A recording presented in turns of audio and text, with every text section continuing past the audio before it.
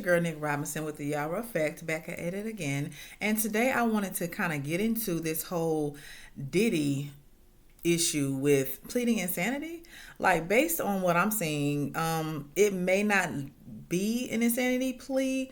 So let's get into it. I was looking at, and y'all forgive me while I try to multitask here.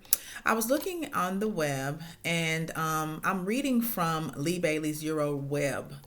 Okay, so it's euroweb.com. It says, no, Diddy isn't pleading insanity. Here's what's really happening. So basically, the real strategy, according to this article, is that he will blame it on the booze and other substances. Okay, so listen, I love Jamie Foxx, that is. And he had a song a few years ago saying, blame it on the alcohol. Okay, I don't know how well this is going to go over in court. Basically, it says that Diddy's team is ready to call in expert doctors who will testify that heavy partying impaired his mental function. But this is all about diminished capacity, not insanity in the legal sense. So, under federal law, insanity means you literally couldn't tell right from wrong. Being high or drunk doesn't automatically get you off the hook, and Diddy's lawyers know that. They're aiming to soften the blow, not erase guilt altogether. It's a risky move, and the court isn't making it easy. So, according to what I've also researched, it's saying that the prosecution team is trying to get all that thrown out. They don't want that introduced to court. They don't want him to be able to have anything, any reason as to why he did what he did, except is what he wanted to do. So Diddy's team is saying this was consensual, not criminal. So instead of pleading insanity, Diddy's squad is doubling down on the idea that everything was consensual. They claim he lived a wild swinger lifestyle, not a criminal double life. On April 25th, 2025, TMZ reported Diddy even rejected a sweet plea deal because he believes he'll beat the charges by providing consent. So no, Diddy isn't saying he lost his mind. He's saying the parties were mutual, not illegal. Huge difference. Okay, so here's the thing. Okay, though what he may have done isn't what we, as in those of us who don't live that lifestyle, agree with, right? We have to understand the criminal component to it.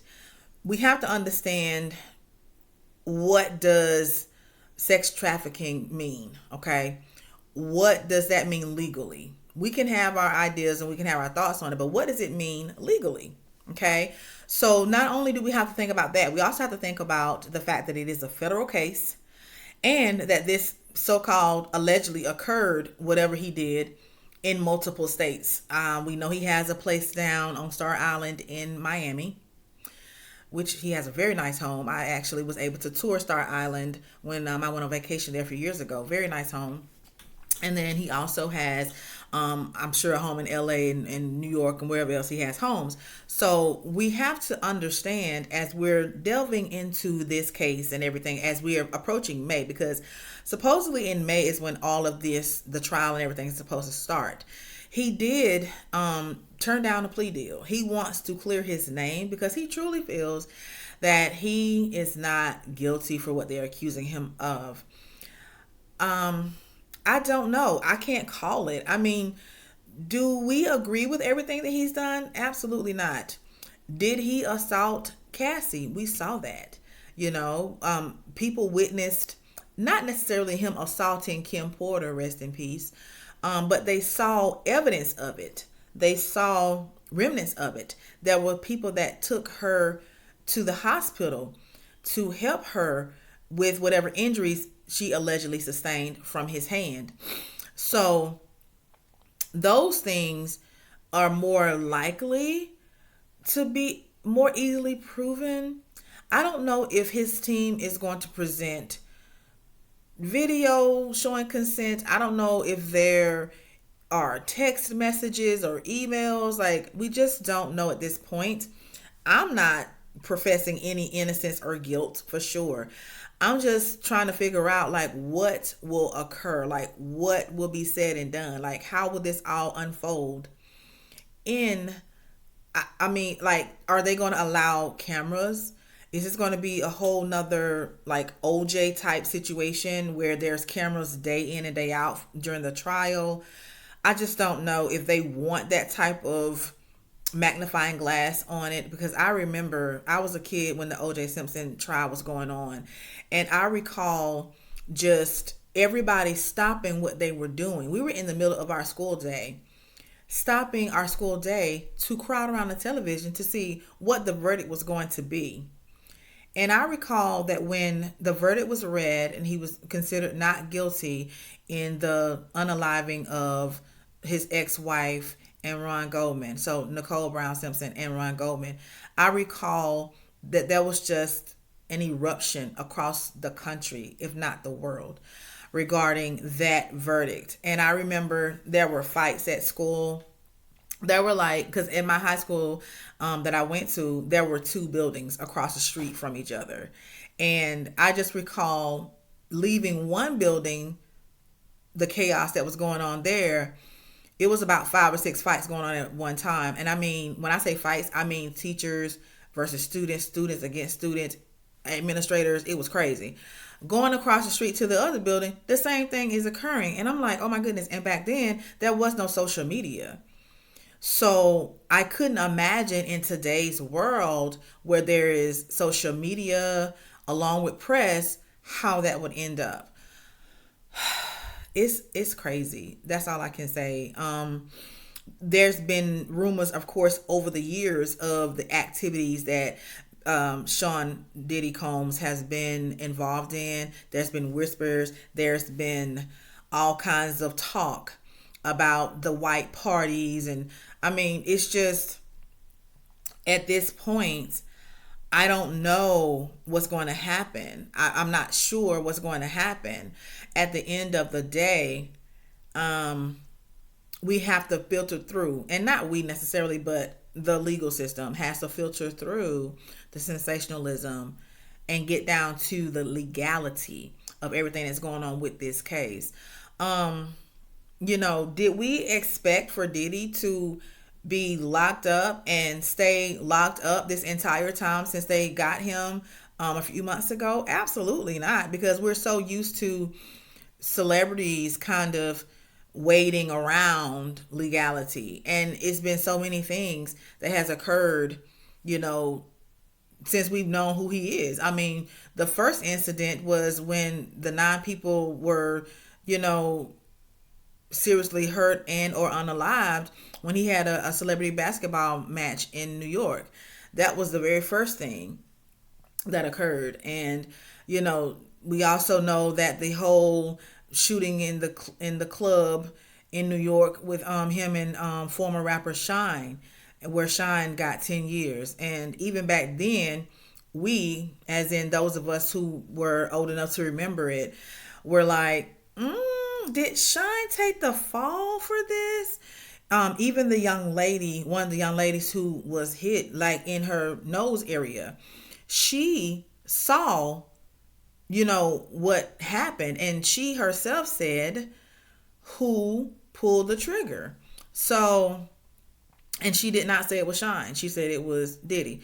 So if you look at it from that lens, it would appear that allegedly he has been getting away with harming people, hurting people. We hear all the rumors about how he did his artists, how, money was always an issue, how he didn't pay them fairly, and all of these things. And one thing I can say is that you see a theme a lot of times when there's criminal activity. A lot of times you see a theme. I watch a lot of true crime shows where they talk about actual crimes that have occurred. And a lot of times there's a theme in that, depending on the crime, you have a lot of lying. Okay. And then you have some sort of cheating, whether you're cheating in a relationship or, cheating people out of something. Okay. And then the cheating segues into outright stealing, whether you're physically taking from a store or, in his case, allegedly stealing people's work,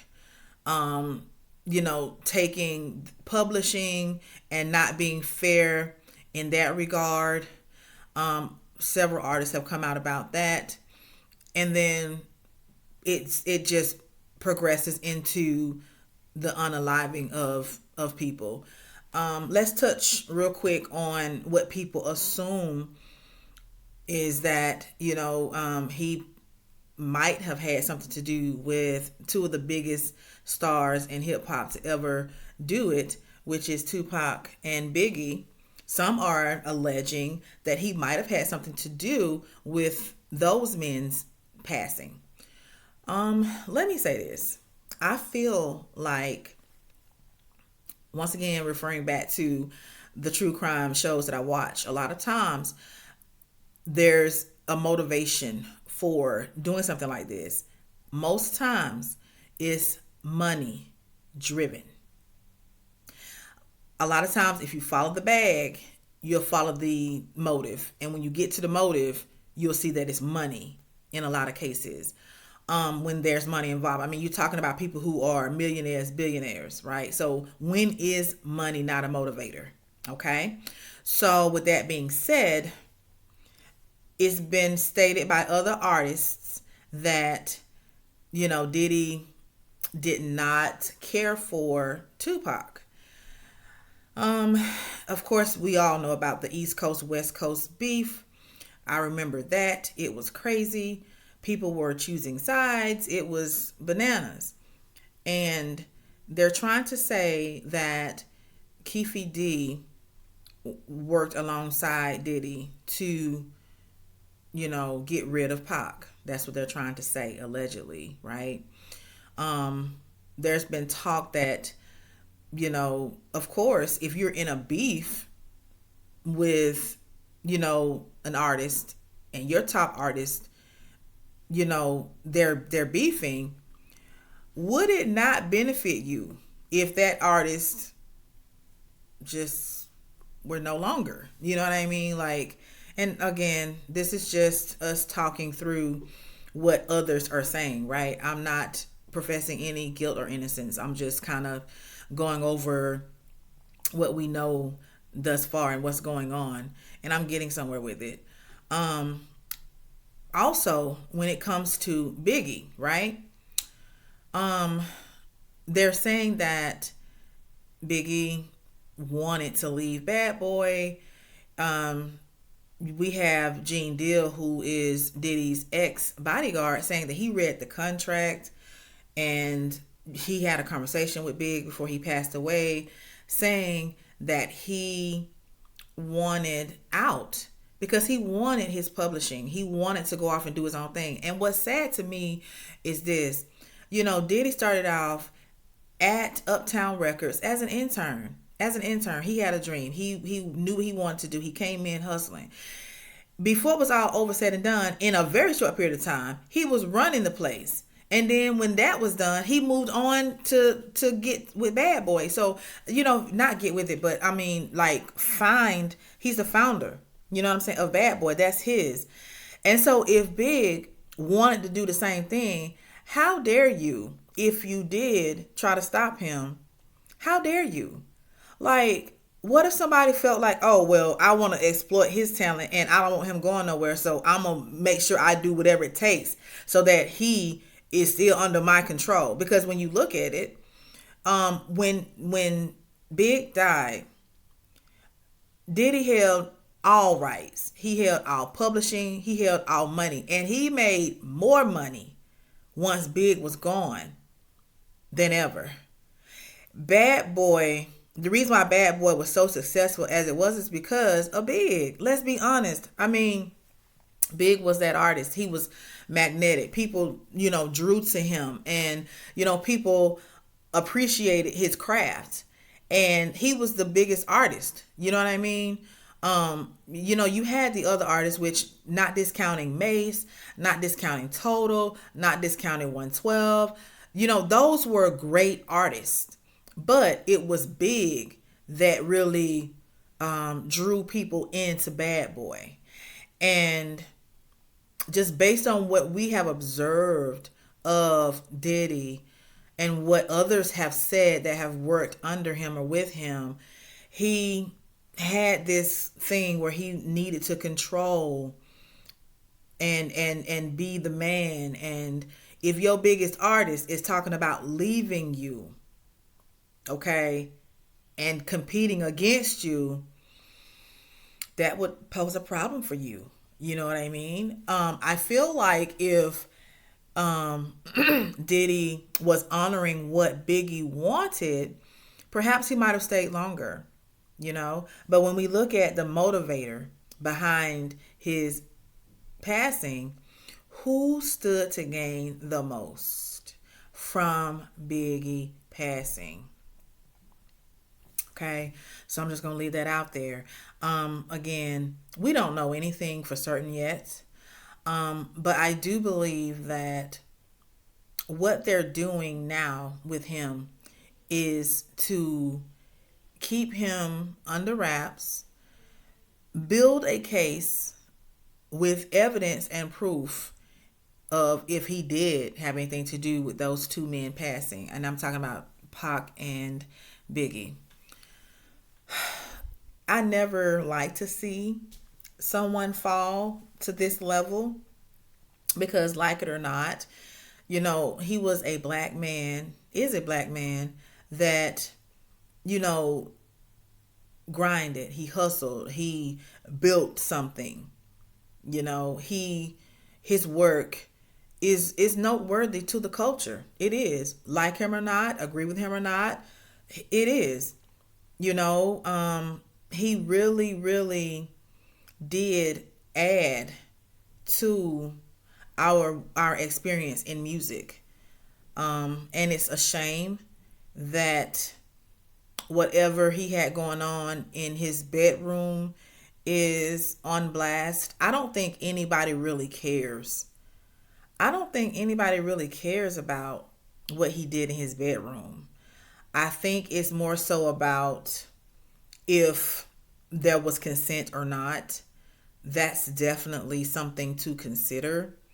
But as far as anything else, who cares? I mean, like, I could care less what he does. I mean, as long as I'm not involved.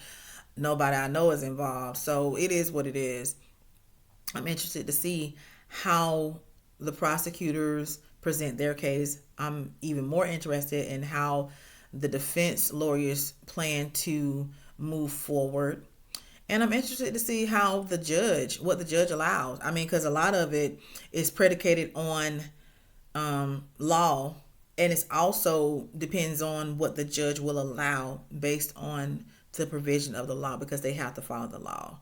And you know, it's going to be interesting to see what's going to happen. We're going to keep a watch on this one and report accordingly.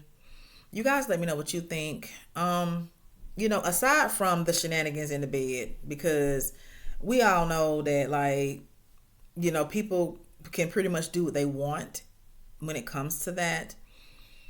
You know, if I had the means, if I had the opportunity, would I go to a Diddy party? From what I know and from what other people have said, if you go at a certain time and you know, partake in the food and the drinks and whatever activities are going on, and then you go on home, you're good. It's in that late hour, the after party, where, you know, you may want to steer clear. It's certain rooms that you may want to steer clear from. And it's interesting to me how a lot of the celebrities are now saying, oh, I wasn't at the parties. Or if not saying that, they were, I didn't see any of that going on. You know, they are not owning up to anything.